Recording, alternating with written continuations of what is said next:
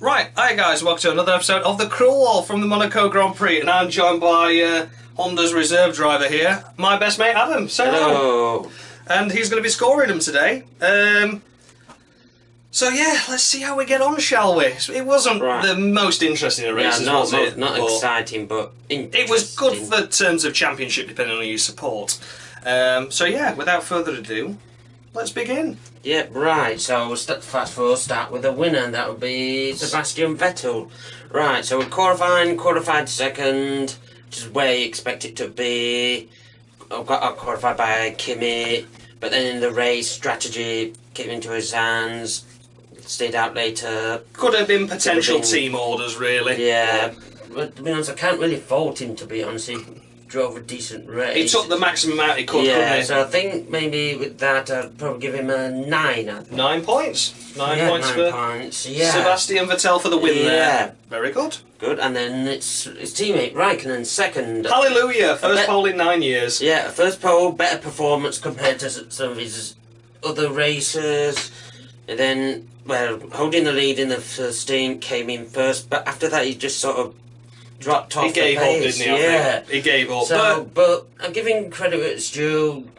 Gave a better race, but better performance, wasn't it? So I think I'll probably give him an 8 points for that. Would have loved to have seen him win, but I think Ferrari were playing a little bit of tactics, just so Vettel got the most out of it he could. Obviously, with Hamilton's misfortunes.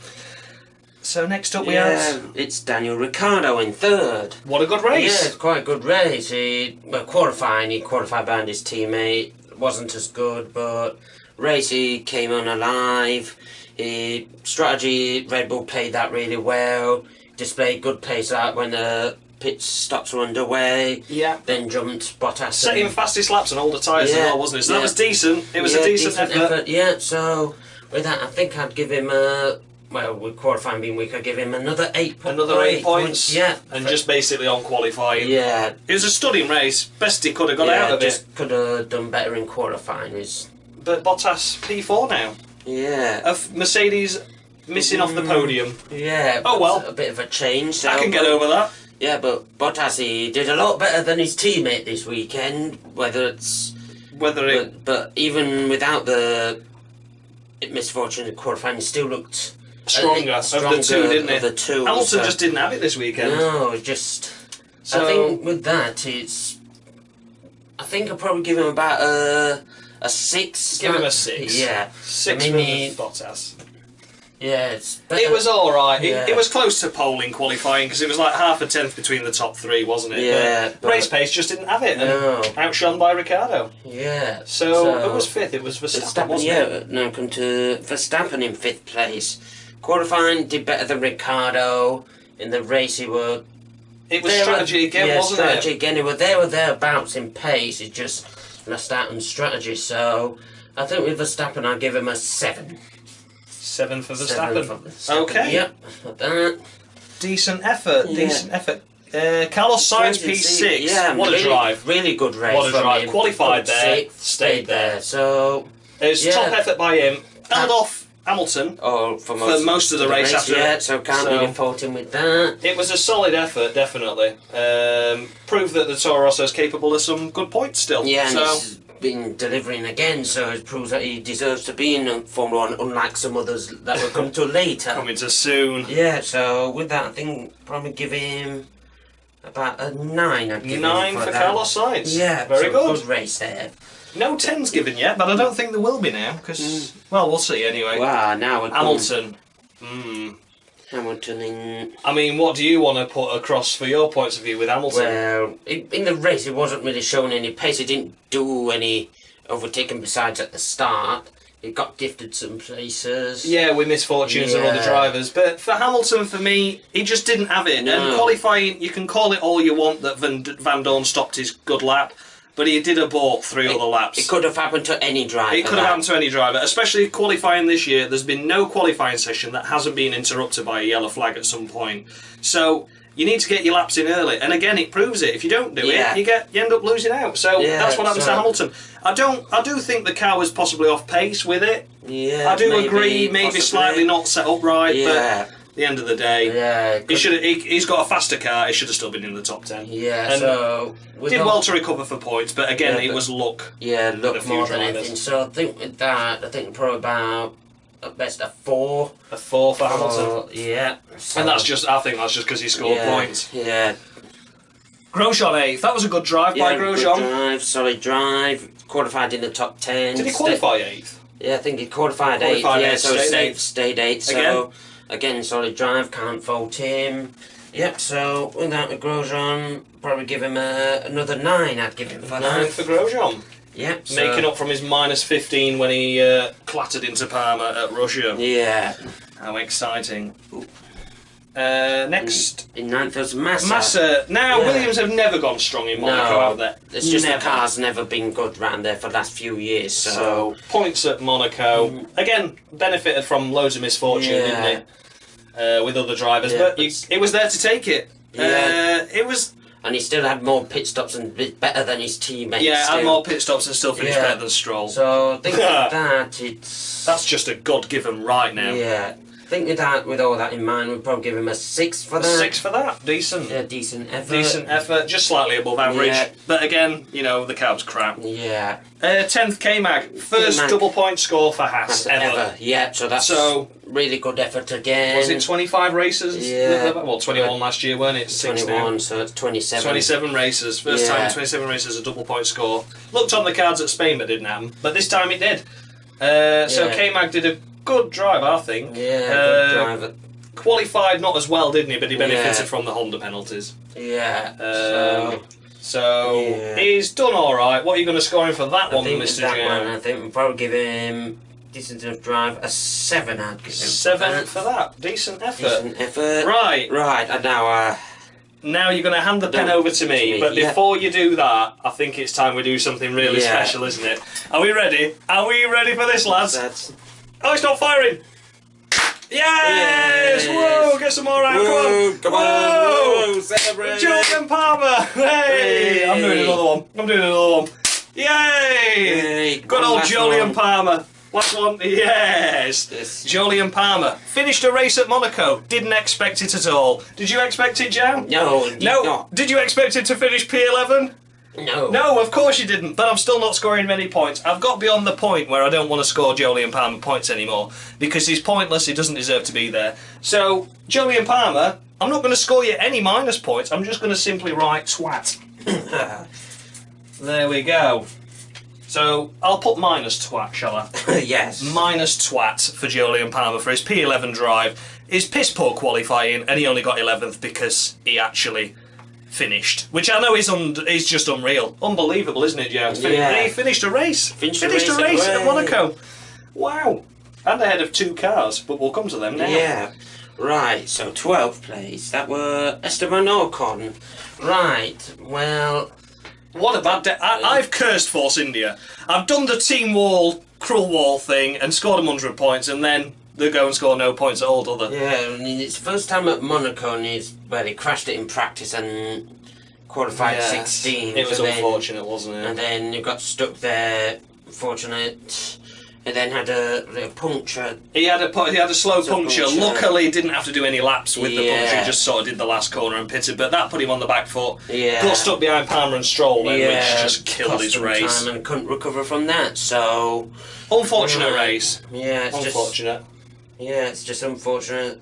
Can't really do anything other. Yeah, what are you going to score him for that? It was a poor showing by Force India in my eyes. Yeah, it's just, I think probably Ocon, probably give him a 2, I think. A 2 for Ocon. Yeah. Yeah, it wasn't the best. Yeah, it wasn't the best. Wasn't the best race. It didn't deliver. No. Unfortunate with the puncture, but again, crashed in practice. Yeah. Then we come to his teammate Perez in 13th. Yeah. Last of the finishers, it was, wasn't he? 13th, last of the finishers. Didn't drive well. Didn't drive well at all. He had some contact at the start, didn't he? Which broke his wing, and then he had to pit for that eventually. Yeah. And then it looked like he were on for points, and you think, oh, brilliant, great recovery, and then he just drives into the side of Kvyat. Yeah. It was silly. Points for Force India there, went begging again. And just ruined it. So my favourite team, my favourite drivers as well. I do like Perez and Ocon, but when they do a poor race, I will prove it. Yeah, so what are you going to score, Perez? Won't give him a 0. A 0. That, so yeah. So he qualified well, but if you can't deliver in the race, that's tough shit, isn't it? Yeah. Right, and then it's now time back to you. And back to me for Lance Stroll, isn't it? Lance Stroll for me. Yes, the incredible Lance Stroll. The mighty, the audacious, I've still not hardly finished an F1 race yet. I've still not finished Monaco. Yeah, I mean, I don't know why he retired. Yeah. The observation I noted in the race for Lance Stroll is after the safety car, he was automatically 30 seconds behind Ocon, Palmer at the time, after that safety car period. So I was unsure as to what had happened there. I reckon he must have got a puncture or hit something but just not shown it on telly, because everyone was behind the safety car and caught up to the back of the train. So he had an unscheduled pit stop there, I think, and then retired. So I'm not sure what happened. But then they were moaning when behind the safety car. Oh, I'm gonna crash. Yes, I'm gonna crash. yes, the moanings of the weekend as well. Crashed in practice, because that's where he crashes there on his Formula 1 game on PlayStation. I crashed there. I crash many a times at Monaco on a Formula 1. Do you crash at Monaco? Yes, I crash on. Have we got a Formula 1 seat? I don't believe so. No, we don't, do we? No, it's a shame. So, if you're looking, Williams, for any driver that's prone to crashing on a Formula 1 game on a PlayStation, get in touch. We're very available for that. And then it was whinging that it was going to crash after the safety car because he couldn't get temperature in his brakes. So, yeah, it was a piss poor showing by Lance Stroll once again. I don't give a shit why he retired. I've already scored him minus 10 million just because I could last weekend. But do you know what? I'm going to score him another minus 1 million, I think. So minus 11 million from Monaco. Not the best result, Stroll. But it's okay because your daddy and mummy earn that much in a day. So it's fine. Okay, back to you. Yeah, so that's me Stroll rant over. I apologise. Yeah, so now it's Daniel Kvyat who were taken out by Perez. Yeah. At the end. I mean, they were in the points until then. He weren't on the pace with Sainz, so... Yeah, but he did. He could have scored points, and it wasn't his fault. It was taken out. So, yeah, I think a solid drive. So I think I'd give him a 6 for that. 6 for that, just slightly above average, which is fair enough. He completed most at race to know what his pace was, and his pace was points. Yeah, now we'll come to Stoffel Van Dorn. Van Dorn, what are you doing, you melon? Yeah, I mean, they were running 10th, so I could have given McLaren's first point of the year, but then... A mistake. Yeah. Perez overtook him and he crashed into the barrier. It was so unfortunate. He did qualify in the top 10, but he shunted in quali 2. Yeah. I mean, a decent race number 2 then. But if you don't finish a race, this is what I keep saying to him. If you don't finish a race, it's pointless being there. Yeah. You know, so it's up to you what you want to score in, but I think it was a good race, went begging there. Yeah. It maybe not have been able to hold off Perez had he not even crashed anyway, but it'd have still been a good finish. So probably before all that, I'd probably give him a 2 for that. 2, yeah. I mean, won't give him minus points because he did get into Q3, didn't he? But it's just unfortunate that he had to go and do that like a melon. Yeah. Now it's Marcus Ericsson. What an error! What a mistake to make. Under safety car. And then just... Do you know what? I'm going to put it as most embarrassing crash of the year so far. Are you happy to call it that? Are you happy to get some party poppers out again and explode for that? Yeah. Here we go. Up. Yay! I'm doing another one because I've got 2 left in my pocket. Hey, there we go. Marcus Ericsson, most embarrassing crash of the year. Well done. Well done to Marcus Ericsson. Mighty effort. So with mighty failures like that, I think mighty minus points come into play. But it's up to you. I'm not scoring them. I just score. It won't really show anything number 2 then. That could be down to the car, but again, but then that's the thing to point out with Ericsson as well is before the error, Verline and Button had already caught him up, and they'd had pit stops. Yeah, so which was they were way off the pace. Well off the pace, even in comparison with his teammate. Yeah, so with this for that, I'm going to give you a minus 10 points. Minus 10. Yeah, to negate you. After I scored him 10 at Spain, you've gone and blown it now, Ericsson. Yeah, back where you started. Back where you started. Yeah, so that's Ericsson. Then it's Verline. Verline. Right, well again the car wasn't that great, but they were catching up with his teammate after a pit stop. Yeah. And then came the incident with where Button took him out. Yeah. I don't know what was happening there. The thing is, I always said this, and Sauber did it last year where they took each other out at Monaco. They weren't battling for points. Why do you have to go and make silly mistakes like that? I mean, Button, it was his fault, I'll admit that. I think it was his fault anyway, personally speaking. But, you know, Verline was unsighted, that's fair enough, but for the love of God, you're not racing for points or even a... You know, you're not racing for anything, so just be a bit more careful with each other, will you? Thankfully, Verline was alright after he was stuck in the car for a little bit, so that was good to see. But, yeah, I'm not... It was better than his teammate, but the car was still crap. Yeah, so... It's up to you what you want to score. I think, basically, I can't really give anything for that, but it was still better, so I'll probably give a 0 for that. 0 for that, yeah. I have to agree. Yeah, it was a shame. Yeah, better than his teammate, but still nowhere near. Nowhere near anything remotely exciting. So next up was... when he decides it's going to work. Yeah, it was Jenson Button on his one-off return. It is a one-off return. Yeah, well... With the banter at the beginning with Alonso, that was brilliant. That was good. It was on team radio. Yeah. That was quite impressive. I enjoyed that. Yeah, I mean... Qualifying, he got into Q3, which was a really good effort. Yeah, you know. Yeah. And then it was all negotiated back down to the back of the grid. And then they took a gamble, pit at that end of the slam. And then just got stuck behind Verline. That was it, wasn't it? That was it, and then made the error.